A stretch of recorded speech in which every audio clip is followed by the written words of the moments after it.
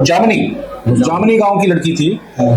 जामनी गांव की लड़की थी और लड़की की डेड बॉडी मिली थी यहाँ पर। ये नहर जो है अमरहेड़ी की नहर पे, अमरहेड़ी की नहर पे उसकी डेड बॉडी मिली थी। उसका जो लोवर था वो नीचे उतरा हुआ था, चप्पलें कोई कहीं पड़ी थी, कोई कहीं पड़ी थी, चुन्नी कहीं पड़ी थी और उसके प्राइवेट पार्ट से ब्लीडिंग हुआ। अच्छा। तो हम लोगों ने उसका पोस्टमार्टम कराया। पोस्टमार्टम में डॉक्टर्स ने बताया कि इसके साथ रेप हुआ है। तो वहां पर कुछ इशू इस तरह से हो गए कि हम इसका हायर मेडिकल इंस्टीट्यूट में मेडिकल कराना चाह रहे थे। तो स्टेट गवर्नमेंट ने तुरंत पीजीआई भेज दिया।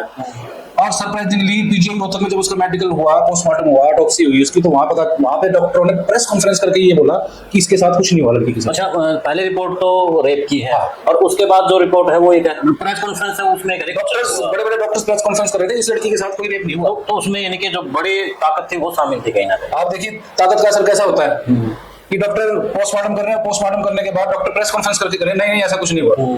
क्योंकि डिस्ट्रिक्ट हॉस्पिटल वाले कह रहे हैं कि रेप हो रखा है, इसका हाइमन जो है वो जो है रप्चर्ड है। फिर लोगों में रोष की लहर फैल गई और उसके बाद हम लोगों ने जो वो रजत जी वो केस था, जो लड़की के जो अपोजिट थे कहीं ना कहीं वो प्रभावशाली होंगे। बिल्कुल सर, बिल्कुल प्रभावशाली थे और इस केस को इंटरनेशनल मीडिया का जो अप्रोच था वो कवरेज मिल रहा था, जिसकी वजह से सरकार भी चाहती थी कहीं ना कहीं एक मैटर खत्म हो। हम लोगों ने फिर वो कहा कि भाई हमको रोहतक मेडिकल कॉलेज की रिपोर्ट पर विश्वास नहीं है, इसको तो है ना वहां ले जाना चाहिए, एम्स में मेडिकल होना चाहिए। लेकिन टिल देन 7 दिन हो चुके थे बॉडी को पड़े हुए और 7वें दिन उसका एम्स में पोस्टमार्टम हुआ तो तब तक कीड़े पड़ चुके थे बॉडी में। उन्होंने लिखा कि इसमें कुछ भी हम बता नहीं सकते।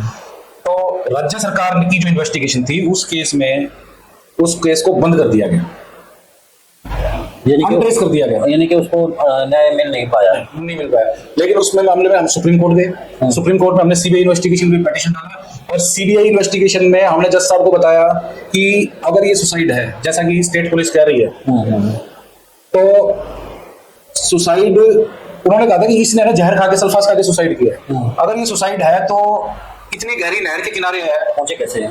नहीं इतनी गहरी नहर के किनारे है, वहां पे उसमें कूद कर भी सुसाइड कर सकती थी। सल्फास खा के बढ़ाना बड़ा पेनफुल होता है। दूसरा इसके प्राइवेट पार्ट से ब्लीडिंग कैसे, इसकी चप्पलें दूर कैसे पड़ी हुई है, इसकी चुन्नी दूर कैसे पड़ी हुई है, ये सारे के सारे सवाल जो है अनआंसर्ड है।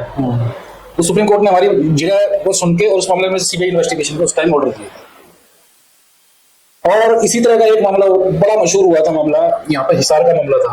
इसमें फिर सीबीआई जांच अभी चल रही है या कुछ? सीबीआई जांच इसमें चल रही है, सॉरी सीबीआई जांच इसमें हो चुकी है। सीबीआई ने भी उस केस को अनट्रेस करके बंद कर दिया। अच्छा, यानी कि उसको न्याय नहीं मिल पाया। सिस्टम ही ऐसा बना हुआ है हमारा। बड़ा दुख होता है यानी कि जब बेटी बचाओ की बात कहने वाला और नारी शक्ति की इस देश में बात करने वाला उनको न्याय नहीं मिल पाए और इतनी दर्दनाक मौत कहीं ना कहीं उनको मिलती है। तो अगला क्या? अगला केस यहाँ पे एक